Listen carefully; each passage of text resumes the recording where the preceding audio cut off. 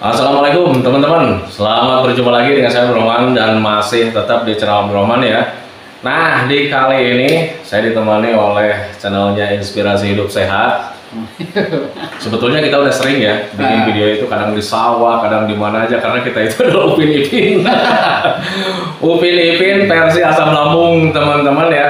Nah, di kesempatan kali ini tetap ya kita akan menjawab beberapa pertanyaan yang ada di kolom komentar teman-teman ya. Dan sebetulnya itu komentarnya itu sangat banyak sekali, tetapi yang bisa saya jawab itu hanya beberapa bagian mungkin Kang Asep ya. Dan ini sudah dirangkum Kang Abdul ya. Betul. Sudah dirangkum, jadi kebanyakan ya pertanyaan yang akan saya bahas sama Kang Abdul Rahman ini. Betul, karena sebetulnya pertanyaan itu sangat banyak sekali, jadi hanya beberapa bagian saja yang bisa saya jawab. Tetapi perlu kalian ketahui, kalau seandainya ada pertanyaan-pertanyaan kalian yang tidak terjawab, kalian sebetulnya nggak usah khawatir teman-teman ya, karena untuk gangguan asam lambung dan psikosomatis itu tidak berbahaya sama sekali, hanya mengganggu saja teman-teman, yang mengganggu terhadap pola pikir kita, mengganggu terhadap perasaan kita, bahkan aktivitas juga menjadi terganggu. Nah itu teman-teman ya. Jadi untuk hal-hal berbahaya itu tidak ada sama sekali. Kalau seandainya kalian masih berpikir juga, wah ini takutnya berbahaya kan maksudnya. Benar-benar. Kalau seandainya kalian masih berpikir seperti itu, ini berbahaya, tengok keadaan kalian sampai detik ini ya.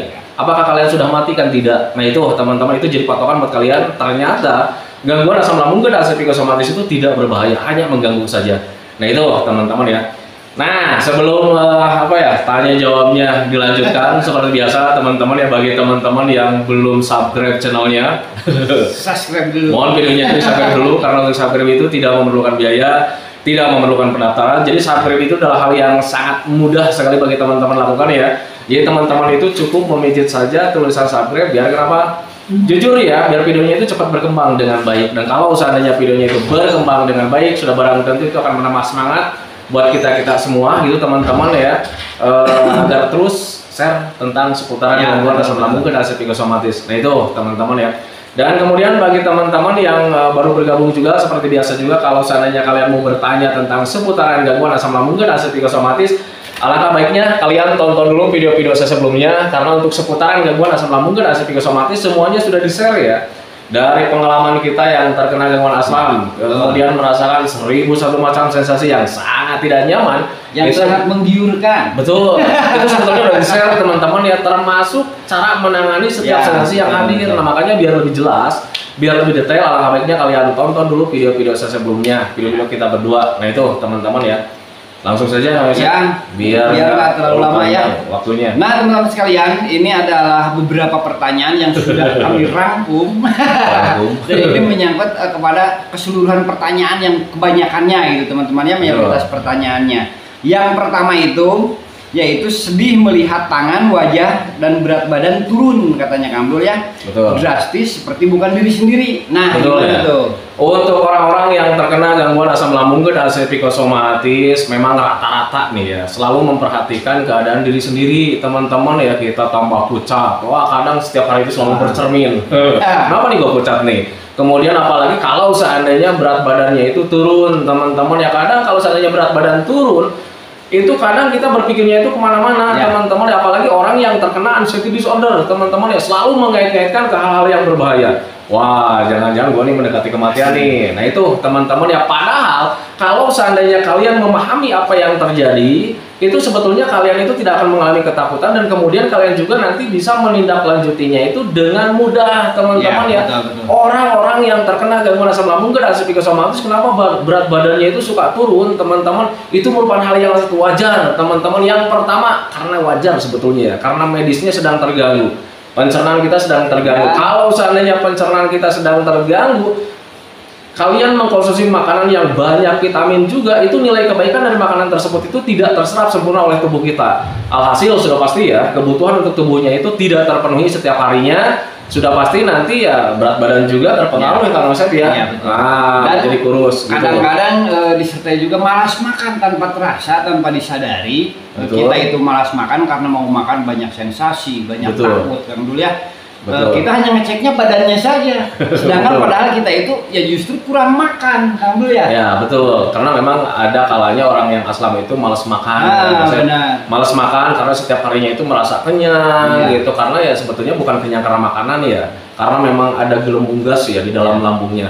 Nah itu teman-teman, makanya wajar kalau seandainya orang yang terkena gangguan asam itu berat badan itu menjadi turun karena memang pencernaannya sedang terganggu. Dan kemudian kalau seandainya kalian mengelak juga, Pak saya itu makannya sudah banyak nih, tetapi kalau misalnya BB-nya itu nggak naik-naik seperti itu teman-teman ya, itu biasanya ada penyebab yang kedua teman-teman ya.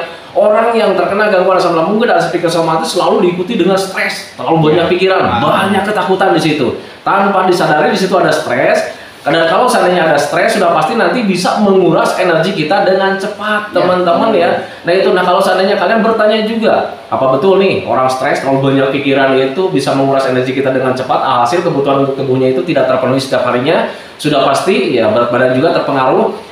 Untuk memastikan hal seperti itu sebetulnya gampang Kang Yosef ya. Tengok saja orang yang terlalu banyak pikiran, teman-teman ya, badannya pasti kurus-kurus ya karena terkurasi ya dengan stres, terlalu banyak pikiran. Dan rata-rata nih untuk orang-orang yang terkena gangguan asam lambung dan psikosomatis, stresnya itu ke hal-hal yang negatif Kang Yosef ya. Nah, tentang kematian lah, tentang penyakit berat lah, tentang mikirin tentang sensasi lah. Nah itu teman-teman, alhasil sudah pasti nanti ya kalian ada stres, kemudian energinya terkuras, kemudian ya kebutuhan untuk tubuhnya itu tidak terpenuhi, dan kemudian ya berat badan pasti terpengaruh juga. Jadi nah, itu menjeda stres itu sangat penting sekali Kang Dul ya, untuk meningkatkan berat tubuh teman-teman yang sekarang itu merasa ada penurunan drastis ya berat badan. Nah sekarang solusinya Kang Yosef untuk orang-orang yang terkena gangguan asam lambung dan psikosomatis, gimana caranya supaya berat badannya itu cepat naik. Dan kalau seandainya kita sudah tahu nih ya, oh pencernaannya sedang terganggu, wajar kan, tetapi pengen berat badannya itu naik kan seperti itu. Ya alangkah baiknya kalian gimana caranya nih keadaan kalian saat ini, walaupun dalam keadaan kalian saat ini kebutuhan untuk tubuhnya itu tetap terpenuhi. Cara kita berdua dulu itu adalah sering makan saja, jadi makannya itu nggak normal ya Sof ya. Bisa 6 kali, bisa 7 kali dalam sehari teman-teman ya, bayangkan ya, karena kita makan sekali aja itu nilai kebaikan dari makanan tersebut itu tidak terserap sempurna oleh tubuh kita teman-teman. Nah, makanya diakalin saja. Diakalin, kita sering makan saja. Jadi yang awal-awalnya kita makannya cuma 3 kali, sering makan saja.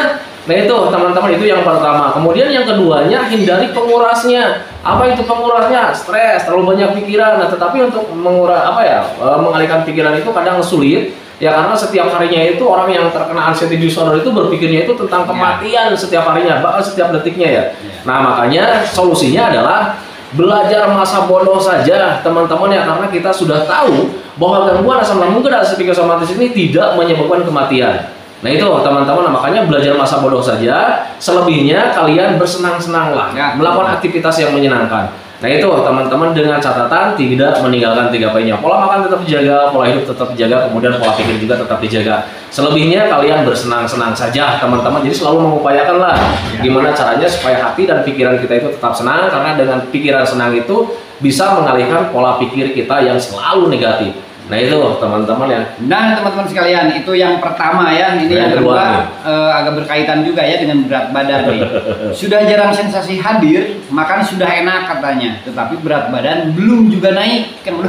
Nah itu teman-teman ya, jadi kalau seandainya kita sudah tahu kan tadi itu ya, jadi penyebab berat badan kita turun itu selain daripada medis, yaitu tentang pencernaannya sedang error, kemudian yang keduanya itu dari stres. Kalau seandainya misalkan pencernaannya sudah membaik nih, makan sudah enak nih, makan sudah sering nih, kalau seandainya stresnya belum terkelola teman-teman, itu akan terus terkuras energinya karena pengurasnya belum hilang. Nah itu, nah selama kalian stresnya masih ada, itu justru berat badan kita itu ya tidak akan naik-naik teman-teman ya, karena penyebabnya ada 2, selain daripada pencernaan, yang keduanya dari stres. Nah itu teman-teman, makanya usahakan ketika kalian sekarang sudah makan enak nih, makannya sudah sering juga gitu teman-teman, tetapi BB-nya belum naik-naik juga, coba ingat-ingat teman-teman, apakah kalian masih mengalami ketakutan tentang penyakit ini gitu teman-teman ya, masih selalu berpikir tentang penyakit ini. Kalau seandainya masih selalu seperti itu, ya terima saja, berarti stresnya masih ada ya.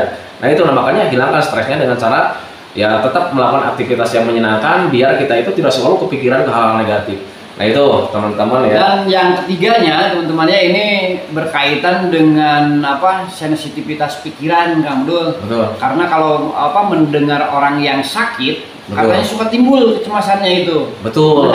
Karena ya orang yang aslam itu biasanya Kang Yosef sama kayak saya, dan Yosef juga kan dulu sama. Selalu menyamakan teman-teman ya. Jadi ketika ada orang sakit itu ya, jiwa kepo kita itu gede teman-teman ya. kadang ketika mendengar si ini sakit, kadang suka cerita ya, suka tanya-tanya, sakit apa sih dia? Kan gitu teman-teman ya. Jadi kalau seandainya dia itu sakit, kok sampai meninggal juga, wah itu pasti cemas. Kemudian ya kita itu menjadi ketakutan. Tetapi kalau misalkan sakitnya cuma demam aja, kadang kita itu ya apa ya, selalu ada ketenangan teman-teman ya. Nah itu, nah wajar sebetulnya karena orang yang kena aslam itu anxiety disorder-nya itu masih besar, sehingga ketika kita mendengarkan orang sakit itu kadang selalu menyamakan, kemudian kadang kita juga ketakutan. Nah itu sebetulnya itu ada kaitannya dengan mental juga. Nah itu teman-teman ya. Dan yang keempatnya itu teman-temannya ini berkaitannya itu dengan apa? Selalu memperhatikan keadaan tubuh, teman-teman. Kan tadi udah dibahas. Tadi udah dibahas. Memperhatikan keadaan tubuh. Tetapi nih, misalkan kalau ada luka, dulu ya, kan biasanya berpikirnya itu lebih jauh daripada biasanya ya. Betul. Nah gimana nih supaya mereka itu ketika ada luka, tergores atau apa, tidak berpikir yang berkelanjutan gitu kan? Betul. Jadi untuk orang-orang yang terkena aslam kadang selalu mengalami ketakutan tentang hal apapun mengenai kesehatan teman-teman ya, termasuk ada luka. Mungkin luka luar kita ketakutannya biasa-biasa saja. Tetapi kalau misalnya kita dapat diagnosa dari dokter misalnya ada luka di bagian dalam gitu teman-teman ya, kalian selalu mengalami ketakutan. Perlu kalian ketahui teman-teman, seandainya kalian ada luka di bagian dalam, teman-teman ya kalian juga nggak usah panik juga gitu teman-teman ya. Wajar sebetulnya kalau seandainya ada luka kita panik, tetapi kalau memang berlebihan jangan juga teman-teman, karena kepanikan kita yang berlebih justru itu akan menghadirkan sensasi-sensasi yang lain.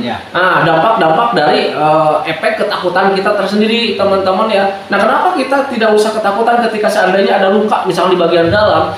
Perlu kalian ketahui teman-teman ya, jadi Tuhan kita itu menciptakan manusia itu sangat sempurna sekali teman-teman ya. Jadi ketika ada sel rusak saja, tubuh kita itu bisa membetulkan dengan sendirinya teman-teman ya. Siapa yang membetulkan sel kita yang rusak itu? Sel kita sendiri teman-teman. Nah, makanya di dalam tubuh kita itu ada yang namanya sel kebaikan.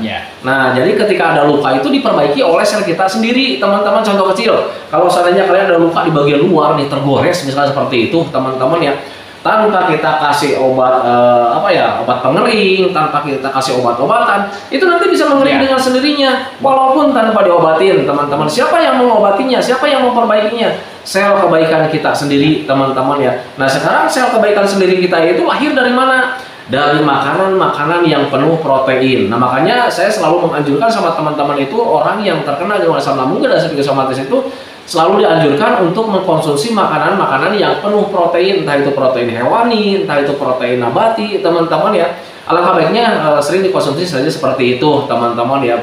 Takutnya, kalau bukan takut ya sebetulnya nggak usah ditakutkan juga sih sebetulnya. Seandainya kalian nanti ada luka misal seperti itu akan cepat membaiknya kalau seandainya kita itu konsisten mengkonsumsi makanan-makanan yang penuh protein hewani atau misalnya protein nabati. Nah itu teman-teman ya. Nah itu yang keempat yang dulu ya, pertanyaan yang keempat dari teman-teman kita yang kita rangkum tadi. Nih yang kelimanya, tip untuk mempercepat pemulihan gangguan ini katanya ya, tip mempercepat pemulihan dari gangguan asam lambung dan anxiety psikosomatis. Tipsnya nih biasanya kan yang bisa memperhambat proses pemulihan gangguan asam lambung dan anxiety psikosomatis itu yang paling besar itu di pola pikir sebetulnya teman-teman ya. Kenapa saya katakan lebih besar di pola pikir? Karena untuk asam lambung saja itu sebetulnya kegiatan sehari-hari kan ya Seth? Nah, kita orang yang terkena gangguan asam lambung, kita rasanya cemas, was-was, gelisah. Kita itu tidak menyadari teman-teman ya, karena kita itu ya sudah terkena anxiety disorder, ada trauma di situ. Kalau seandainya kita tidak terkena anxiety disorder, tidak ada trauma, tidak ada ketakutan, sebetulnya gangguan asam lambung itu hal yang lumrah, hal gangguan biasa. Jangankan kita yang sudah terkena diagnosa sama dokter gangguan asam lambung, kemudian dispepsia, gastritis, kemudian apalagi ya tukak lambung misalnya seperti itu dan sebagainya, tentang pencernaan teman-teman ya. Orang normal saja itu sering mengalami asam lambung, cuman mereka itu tidak ke dokter karena tidak ada ketakutan di situ, tidak ada trauma, tidak ada perasaan seperti mau mati. Nah, contoh kecil ginilah, bagi teman-teman yang sekarang sedang berjuang dari gangguan asam lambung dan psikosomatis untuk memastikan bahwa apakah orang lain juga mengalami gangguan asam lambung, kalian gak usah jauh-jauh ngeceknya, tanya saja ke keluarga kalian, apakah pernah mengalami mual? Apakah pernah mengalami ulu hati sering sakit? Iya. Apakah yang paling lumrah nih? Ya. Apakah pernah mengalami mencret? Dan kalau seandainya pernah mengalami mencret itu sebetulnya gangguan asam lambung, teman-teman ya. Dan gangguan asam lambung itu bervariasi. Ada yang bisa menyebabkan panas dalam. Itu yang pertama. Ada yang menyebabkan kembung, begah. Orang bilang itu katanya masuk angin. Nah itu padahal itu gangguan asam lambung. Sampai gitu. sariawan juga. Sampai sariawan juga panas dalam. Nah itu teman-teman ya. Tetapi mereka tidak cemas karena tidak ada mental di situ yang terganggu. Karena tidak ada trauma di situ yang hadir. Nah itu teman-teman, makanya untuk orang-orang yang terkena gangguan asam lambung gadah psikosomatis, ketika ingin cepat membaik dari gangguan asam lambung gadah psikosomatis ini, yang harus kalian lakukan itu adalah mengolah pola pikir kalian. Gimana caranya supaya kalian itu bisa berpikir wajar, kemudian tidak ketakutan juga. Dan kalau seandainya kalian tidak ketakutan, kemudian bisa berpikir wajar, gitu teman-teman ya, sudah pasti untuk gangguan asam lambung gadah psikosomatis itu bakalan cepat membaik, teman-teman ya. Nah makanya tip dari saya, belajar masa bodoh saja tentang sensasi ini, teman-teman ya, karena sensasi asam lambung itu tidak berbahaya. Tetapi Pak, ini saya mengalami ketakutan, itu dari mental, teman-teman ya. Itu dari mental, dari trauma saat di awal-awal kalian terkena gangguan asam lambung, teman-teman ya, rasanya seperti mau mati dan tanpa disadari di situ ada trauma. Dan ketika sudah trauma, kalian menjadi waspada. Dan ketika sudah waspada, hal sekecil apapun suka ditakutkan. Kitanya menjadi sensitif, rasanya sedikit menjadi besar. Gitu kan teman-teman ya, kelayangan sedikit, kelayangannya terasa besar. Ya karena kita sedang sensitif. Kenapa kitanya sensitif? Ya karena kitanya waspada. Kenapa kitanya waspada? Ya karena ada trauma di awal-awal saat terkena gangguan asam lambung, kita itu seperti mau mati. Nah itu teman-teman, makanya tipsnya belajar masa bodoh saja tentang sensasi dari gangguan asam lambung gadah psikosomatis, karena sensasinya juga tidak berbahaya. Ini bakalan membaik, tidak akan menyebabkan kematian. Teman-teman, kalau seandainya penyakit ini atau gangguan ini menyebabkan kematian, sudah dari awal kalian terkena gangguan asam lambung, sudah kalian itu ya sudah mati. Iya, bahkan ada yang sampai 20 tahun, Kang Udun. Iya, itu tidak mati-mati kan gitu, teman-teman. Makanya nggak usah berpikir tentang penyakit, yang penting kalian fokus saja di metodenya. Apa itu metodenya? Kembali lagi sama 3P. Ya, pola makan tetap dijaga. Apapun yang terjadi, makan harus dijaga. Dari mulai jam makan sampai jenis makanan itu kalian harus dijaga. Itu yang pertama, teman-teman. Kemudian pola hidup kalian itu harus dijaga. Hiduplah bagaimana caranya orang supaya sehat. Tidur di malam hari cukup minimal 8 jam dalam satu malam. Nah itu teman-teman. Kemudian olahraga juga. Untuk olahraga, orang yang aslam disesuaikan dengan kemampuan. Karena takutnya orangnya itu kan bervariasi ya. Ada yang masih terlentang, belum bisa ngapa-ngapain. Tetap olahraga juga harus jalan, harus bisa dilakukan, teman-teman, semampunya. Kalau misalnya berbaring ya tetap olahraga. Dengan cara seperti apa? Kalau misalnya berbaring, kalian gerak-gerak tangan. Yang penting kalian jangan tidak kaku. Betul, yang penting kalian jangan terlalu diam aja. Apalagi orang yang kena aslamnya itu sudah bisa jalan gitu kan, teman-teman ya. Jalan saja, nggak apa-apa gitu, disesuaikan. Nah, makanya untuk orang yang kena aslam itu harus bisa menjaga polanya, pola makan tetap dijaga, pola hidup tetap dijaga, kemudian pola pikir juga harus dijaga. Itu yang lebih utama, teman-teman ya, biar kita itu tidak terkena stres, biar kita itu tidak terkena ketakutan. Nah, cara menjaga pola pikir itu kayak macam gimana? Harus bisa berpikir wajar. Kembung nih, sedang kembung, jangan pernah berpikir, wah jangan-jangan gua ini perut sedang hancur nih. Jangan berpikir seperti itu. Jaga pola pikir itu adalah maksudnya harus bisa berpikir wajar. Ada kembung, oh sedang ada gasnya. Ya karena memang gas kalian kembung itu, bukan perut kalian hancur. Nah itu teman-teman, oh kalau seandainya kalian berpikir wajar ke arah sana, oh berarti ini gasnya harus dikeluarkan. Kan seperti itu teman-teman ya, caranya banyak untuk mengeluarkan gas itu, dan yang paling bagus itu adalah dipicu dengan minum air hangat. Kalau seandainya kalian minum air hangat pelan-pelan, nanti sendawa terpicu karena sendawa yang bisa mengeluarkannya. Kemudian kalau seandainya gasnya itu ada di bagian usus gitu teman-teman ya, kalian kompres saja sama botol yang diisi air hangat gitu teman-teman, nanti ujung-ujungnya juga kalian kentut. Nah itu teman-teman, kalau seandainya bisa berpikir wajar gitu. Jadi ketika berpikir wajar itu tidak akan mengalami ketakutan teman-teman. Nah itu cara menjaga pola pikir. Kemudian yang lebih penting lagi untuk orang-orang yang kena aslam, usahakan ketika menjaga pola makan, pola minumnya juga harus dijaga teman-teman ya, minimal 8 gelas dalam sehari, jangan sampai kurang. Kenapa orang yang aslam itu harus minumnya itu minimal 8 gelas dalam sehari? Karena orang yang kena asam lambung, setiap menitnya, setiap jamnya itu asam lambung kita itu nggak stabil. Kadang pH-nya itu sering tambah asam, misalnya seperti itu. Ada peningkatan asam lambung. Kalau seandainya keasamannya sedang bertambah, mari berpikir logika saja, mari berpikir wajar saja. Kalau seandainya dicampur dengan air hangat, itu nilai keasamannya itu akan berkurang, teman-teman. Dan kalau seandainya asam lambungnya itu tetap stabil, itu pasti nanti ada rasa nyaman di situ. Nah itu teman-teman, makanya usahakan minumnya juga harus minimal 8 gelas dalam sehari, jangan sampai kurang. Nah itu teman-teman ya. Kemudian selebihnya setelah menjaga pola makan, pola hidup, pola pikir, minumnya, usahakan juga harus selalu melakukan aktivitas yang menyenangkan.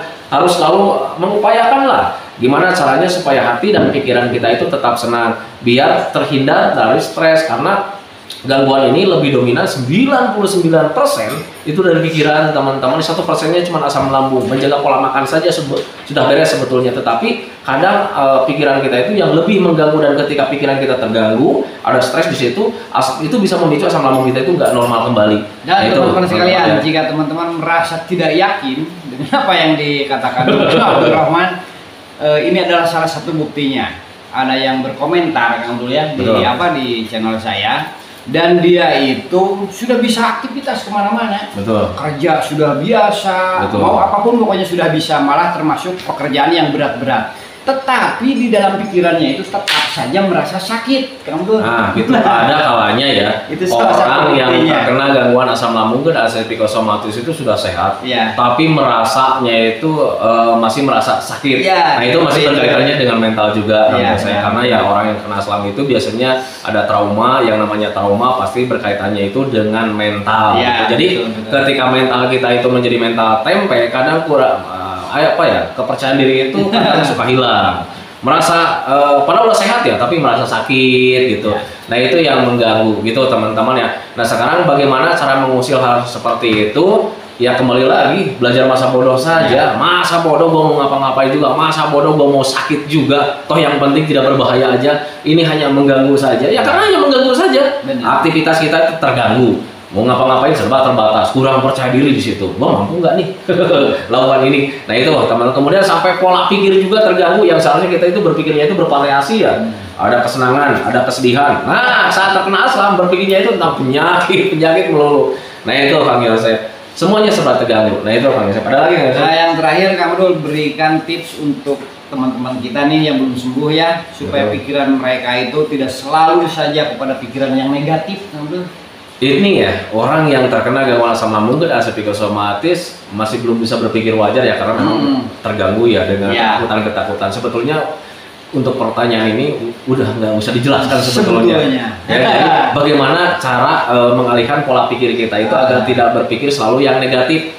Ya kita berpikirnya itu ya usahakan ya agar tidak berpikir yang negatif, harus sering melakukan kesenangan teman-teman ya. Kalau seandainya kita ingat utang terus kan gitu kan contohnya ya, ingat pusing gitu. Coba berpikirnya jangan berpikir utang dulu. Nah gitu kan. Coba pikir bayarnya. Nah, jadi harus melakukan aktivitas yang menyenangkan. Ini untuk saya pribadi dulu teman-teman ya. Ketika saat pemulihan dari gangguan asam lambung dan psikosomatis, jujur ya pemikiran tentang negatif itu selalu hadir teman-teman ya, tanpa kita minta, tanpa kita rencanakan, tapi pikiran itu selalu hadir terus teman-teman ya.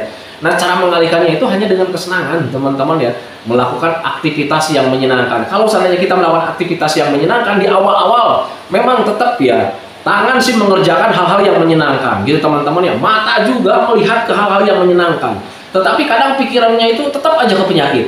Itu di awal-awal suka begitu teman-teman, tetapi kalau misalnya kita biasakan melakukan aktivitas yang menyenangkan teman-teman ya, lambat laun nanti perasaan kita yang robah duluan teman-teman ya, mulai di situ menyenangi.